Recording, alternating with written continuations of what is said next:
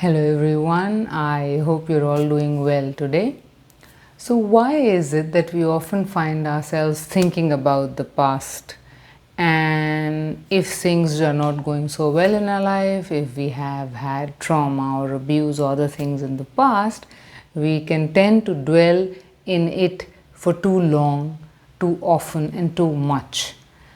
And of course, there's a lot of scientific evidence out there that it doesn't help us. In fact, it does impact us negatively, and yet we do it. Almost all of us do it to some extent, but some people do it more than others. And even I am guilty of it. But for a moment, perhaps we should take a lot of the judgment and the shame away. People advise us to say, don't stay in the past and it's in the past and let it go. But the truth is that if it was that easy, everybody would have already done it. And another thing that we often forget, that everything that we do, especially these kind of patterns that are really ingrained in us, subconsciously and unconsciously, they serve a purpose. They do provide relief from something. They do provide healing to some extent, especially in the immediate moment. Of course, long term, they all tend to impact us negatively. Long term, it is not such a great idea for us. But short term, in the moment, it does provide us. It has a lot of purpose. It has a lot of meaning for us, irrespective of how destructive it may be or how negative it might be. So past is a place of familiarity, even for people who have had terrible abuse, even for people who have CPTSD, even for people who have had terrible childhoods, probably things that have happened that they have never spoken to anybody about it, and let us say things that should not happen to human beings.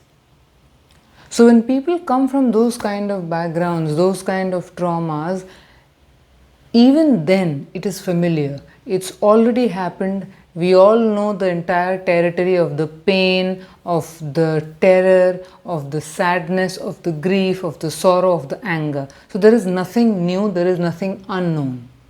Because the unknown is way more scary.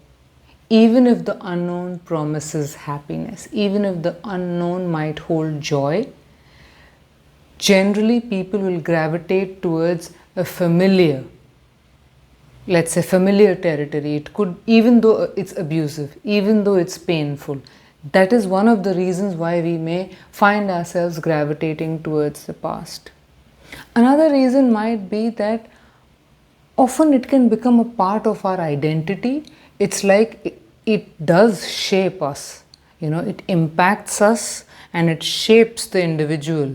So of course it does get woven into our being. It kind of becomes a part of us. And if not properly integrated, like if you don't confront it, if we don't resolve it, if we don't completely accept and understand and try and heal the effect it had on us, then it will always be a part of us. And we'll keep identifying with it. And that is another reason why it's so difficult to let go. Because once you think about letting go, it also means letting go a part of who you are today, a part of your identity, and trying to step into the unknown, trying to embrace the idea that maybe this is not all I am, what more I could be. That is terrifying.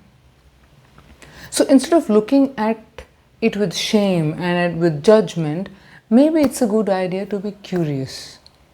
That when we find ourselves constantly thinking about the past, either what was, what we lost, or what could have been if something would have happened or would not have happened, or anything for that matter, it might be a good idea to just observe how you feel.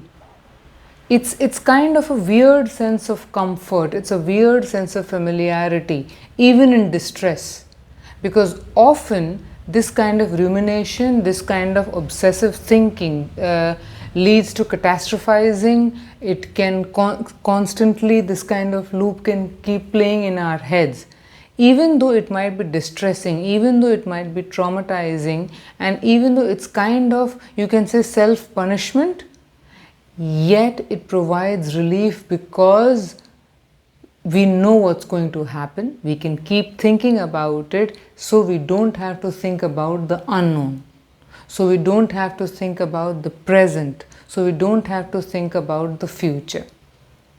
And also because sometimes it is very, very difficult to take accountability, especially if it has not been modeled to us, especially if we come from a place where our entire life changed because of some events, or because of how people were around us, or how people treated us, or how we were raised. Then growing up, often the adult has difficulty. We as grown-ups, we might have difficulty trying to take accountability and responsibility because there is still an unhealed child who is looking to others to fulfill its needs. A child who was not allowed the opportunity to explore the place, the space, to grow into a mature adult who is able to take care of itself. That's another reason. So maybe it's time to just think about these things, because criticism, shame and judgment are a definite no-no. They certainly don't help when it comes to anything. They don't help you heal, they don't help you accept, they don't help you embrace, they don't help you change, they don't help you resolve.